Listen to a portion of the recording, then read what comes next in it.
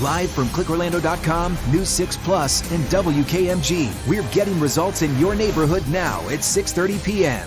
It's locking your teeth in and not letting go. I'm gonna do this no matter what. Deputy Police Chief shares how she fought to shatter the glass ceiling after being told she was too feminine to be a cop, and what she has learned in her career.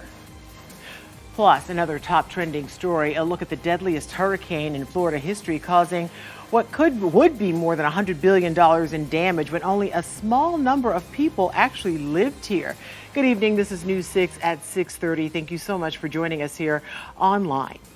I'm Julie Broughton. Justin has the evening off tonight. That look back comes as forecasters warn we could be in for an intense 2024 hurricane season. Also, WKMG hits the road again, and we found one girl who is a big fan of where she lives. The smell of the breeze, the waves in the lake, it's super pretty. That's what makes Sanford unique. Everything in Sanford, Florida is unique. I think you may have to talk to the city. She may have to be hired by the Chamber of Commerce. I think so. So what else do we need to know before we hit the road to 32771?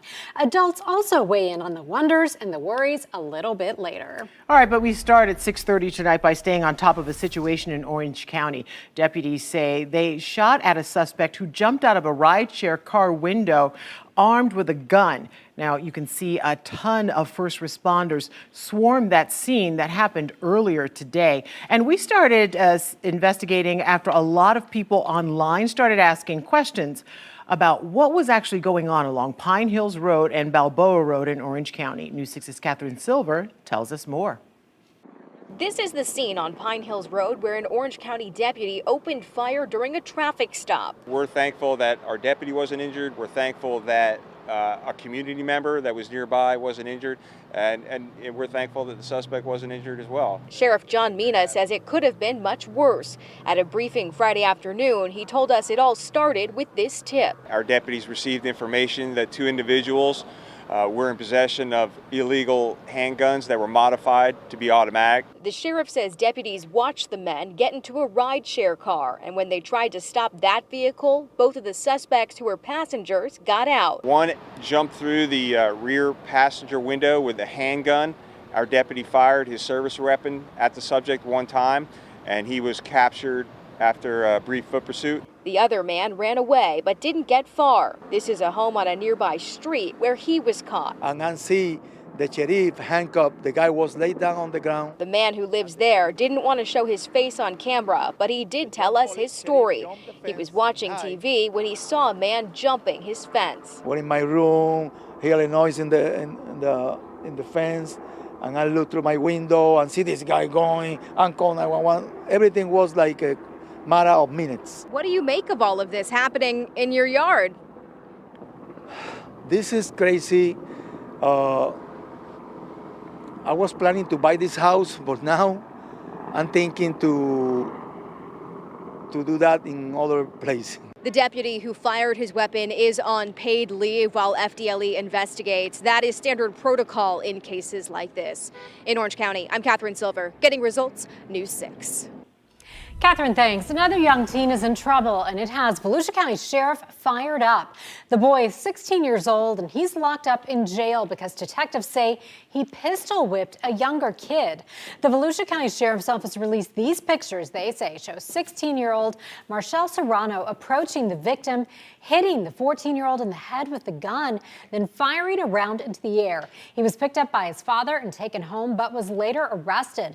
Volusia County Sheriff Mike Chitwood tweeted late today, "Where did the 16-year-old get a gun to bring to a fight?" He says he bought it from another kid on Instagram. The sheriff, quote, once again calls on parents to get control of the next generation. At this rate, we're headed for a tragedy. I want to once again call on parents to get control of the next generation. At this rate, we're headed for a tragedy.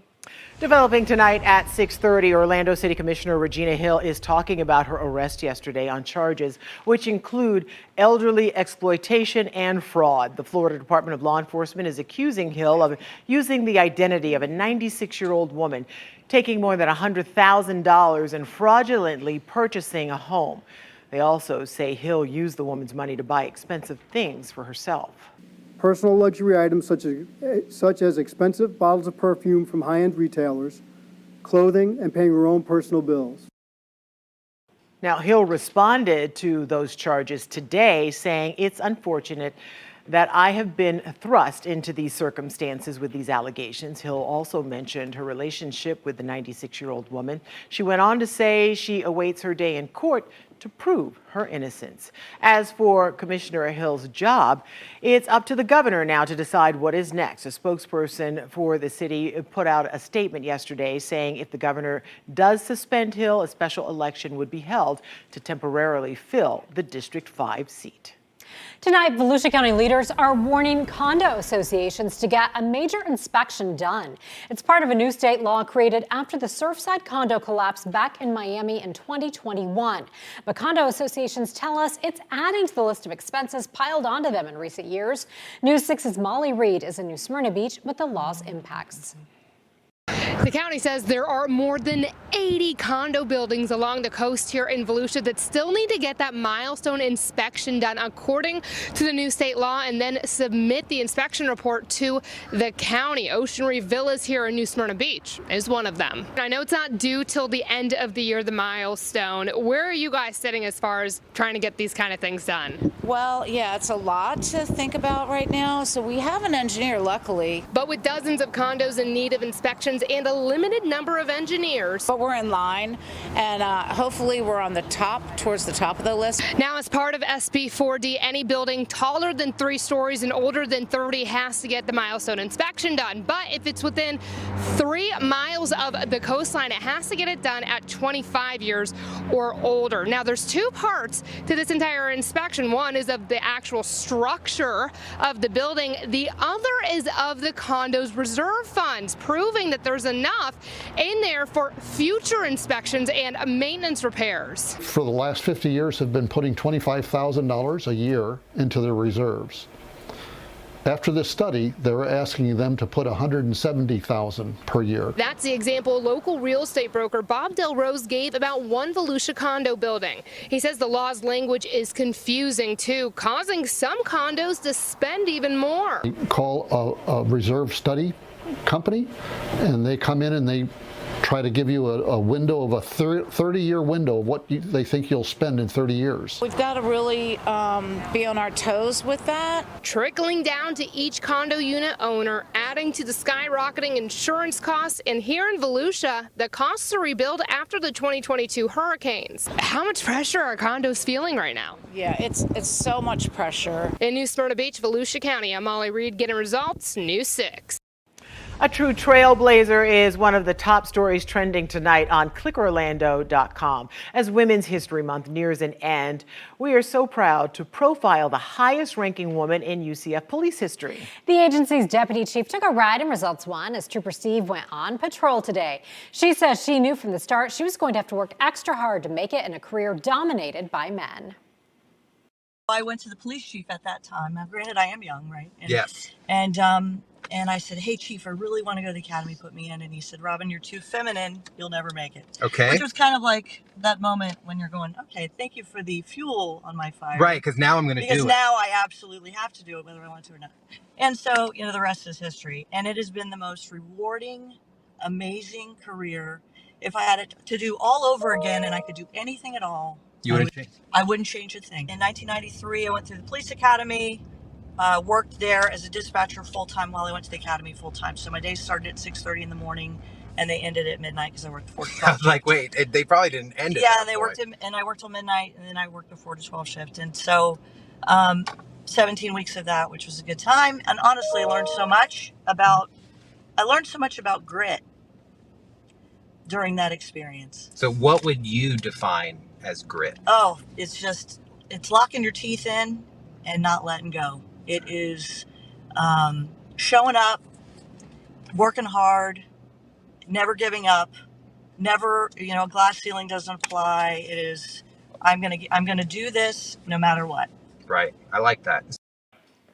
Catch all of Steve's ride along with the deputy chief at clickorlando.com/onpatrol. Our second top trending story could make you pretty hungry right about now. The headline: These are the best casual restaurants in every state, and an Orlando eatery tops the list in Florida. To make the list requires a relaxed ambiance and a spot that's a destination with a proven reputation. The Daily Meals rankings put family-owned Four Rivers as #1 in the Sunshine State. While they have opened many locations around the state, Four Rivers opened in 2009 in Winter Park, founded by John Rivers, his wife, and 2 kids. The Daily Meal ranking says the meat alone is enough to leave you happy and satisfied. But don't forget about the sandwiches: smoked brisket, onion rings, and melted provolone. I like the burnt ends. Oh, the brisket is so good too. It's all good. ClickOrlando.com and News 6 digital producer Anthony Talcott discovered that list. And he's here now with by far the top trending story today on our website. The headline: "This was the deadliest hurricane in Florida history." Here's what happened. Anthony joins us now to tell us about the Okeechobee hurricane that hit the Sunshine State back in 1928. Anthony. Yeah, this is a good reminder to be prepared ahead of what forecasters think could end up being a record-breaking 2024 hurricane season. Now, Ginger and Julie, the Okeechobee hurricane stands out not just for the staggering number of deaths, 408 people killed. It happened when around 50,000 people lived in South Florida. That's where it made landfall. Now again, the year was 1928, and most of those killed were World War I veterans working in the area. The storm formed off Africa and took more than 300 lives in Puerto Rico. Now, September 17th, that's when it made landfall in Palm Beach County as a Category 4 storm. Now, the storm surge on the coast was around 10 feet high, with waves reaching up to 20 feet tall. And then after moving inland, Lake Okeechobee itself surged up to 9 feet, causing catastrophic flooding. Now, a survivor wrote, "The floodwaters lasted for several weeks, and survivors were found wandering as late as September 22nd. Wow. All told, the damage was $6 million, which may not sound like a lot, but in 2024 dollars, that's about $109 billion in damage with a B. And again, the state's population was only a fraction of what it is now at that point. Now, since the Okeechobee hurricane, the Herbert Hoover Dike was installed to protect people living near the lake from seeing similar flooding. There are also plenty of historical markers placed in West Palm Beach, Port Mayaca, and Belle Glade in memory of the victims. Now, Julie knows all too well the potent force of a hurricane. Lead forecaster Dr. Phil Klotzbach of Colorado State University says we're lucky because forecasting and building codes are both much better and tougher now. But only about 1.4 million people lived here statewide in 1928. Last year, it was 22.5 million. Oh my gosh. Yeah. So Quite a bit of a difference there. It's incredible. Oh, yeah. So you can't even imagine those kinds of numbers today. But you can always find all of our top stories on the homepage of clickorlando.com. Ginger, Julie? I'm glad you did that story because, most of us, we have hurricane season on our mind because there was a headline the other day I think you covered, and it used, I can't remember the word, explosive was That's the word. one. And we were also just put off by that because you don't want to hear that that's the kind of hurricane season. Oh, my goodness. You don't want to hear any of that. No, it's never news you want to get. No, exactly. All right. Thank you for that deep dive, Anthony. Good information. Yeah, thank you. Chief Meteorologist Tom Sorrells is back from this year's National Hurricane Conference. Tom, you learned so much there. We do every year. I try to go every year, and this year was here in town, so I got to go and spend the night in my own bed. That's always nice. That's nice. Oh, benefits galore. By 10 o'clock tonight, 63. By 11 p.m., 61. The overnight low tonight, a very comfortable 56. I will be right back to pinpoint the warm-up for your Easter weekend. Also, WKMG hits the road again. Next stop, Sanford and the surrounding area. Hear what you're already telling us is standing out to you, both in good ways and in places ready to see some results. I'm Mike Hofeld. Coming up after the break, deepfake technology that can make someone say almost anything. He introduced me to Mike Hofeld at News 6 in Orlando, and he is my favorite reporter. From business to politics, the dangers involving AI deepfakes. Coming up after the break. You're watching News 6 at 6:30 live on News 6 Plus. We're getting results in Silver Spring Shores, DeBary, and all of Central Florida. We'll be right back. Brought to you by your local Toyota dealers. Toyota, let's go places.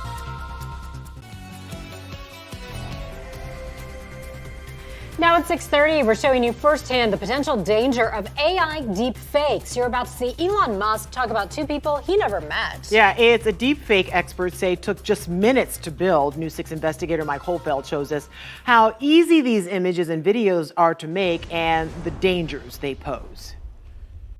I found some websites that for pennies, I was able to make some pretty realistic deepfakes. And I was shocked of how simple it was. There is something I never spoke about publicly, but I feel like I can now. Chris Hadnagy is one of my best friends. Chris Hadnagy, aka the human hacker and founder of Social Engineer LLC, was able to grab a legitimate Elon Musk interview and create a deep fake of Musk talking about a certain reporter. He introduced me to Mike Holfeld at News 6 in Orlando, and he is my favorite reporter. I think he is the best. Just to be on the record, you've never met Elon, and he's never watched Mike Holfeld. I would love it if Elon Musk was my best friend and if he thought you were the best reporter on earth, but sadly I don't know the guy. In 2023, incidents of AI deepfakes went up roughly 3,000%, according to London-based Onfido. Hadnagy is convinced that technology in the wrong hands could be destructive, especially in the world of business and presidential politics. I mean, imagine if a video was released of the President of the United States claiming that there was going to be a war or that he was going to bomb a certain country. These things could happen now. Make sure to act quickly. He's a CEO, not a president. But this is a deepfake of Coinbase founder Brian Armstrong, pushing an investment offer that never existed. Funds will be returned to your wallet and double the amount instantly. Did it look like, sound like, feel like Armstrong? It looked like him, it sounded like him, and they even got, a Coinbase-esque office in the background. Paul Vann and Justin Marciano are the 20-something co-founders of West Coast-based Identify. Their system blew the cover on the Armstrong AI and many more. I think it's a new wave of cybersecurity attack. They posted a blog to warn social media users, alerted Coinbase, and then contacted News 6. Those ads are a lot of times not fully vetted, and companies spend money to put those ads up there, but hacker groups can do the exact same thing. But just the fact that that video was able to get through the cracks is pretty surprising. Mike Holfeld getting results, News 6. That is scary. It's terrifying. I mean, the fact that Elon Musk said he was spitting facts when he said that Mike Holfeld is our favorite reporter and the best reporter out there, but it is so dangerous when someone can create something like that for pennies. Yeah, and so many people don't know how to fact check and know what's real and what's not. Oh my goodness. Let's fact check, everyone. All right, WKMG is gearing up to hit the road. That is a fact. Again, learning from you what makes your corner of Central Florida so special. Earlier this month, we took our newscast live to 32825 in East Orange County. We covered stories about traffic, congestion, affordable living, homelessness, flooding, and more. Now, Sanford, you are next. We're headed to the 32771 zip code, and we want to know what are your biggest concerns and what you love about your area. 32771 is nestled around Midway and also includes parts of Heathrow. News 6's Mark Lehman went out today to preview what we'll find there. Along the picturesque waters of Lake Monroe, you can't help but take in all that Mother Nature has to offer. Y'all brought me some luck. Joseph Williams was born and raised in Sanford, which takes up a large part of the 32771 zip code. It's our next stop in April as WKMG hits the road. Why should someone live here? Because it's a good place to live. I think Sanford is a great area. Williams fishes almost every day. He loves the beauty and accessibility, but says there are concerns, especially after Sanford declared a health emergency last month.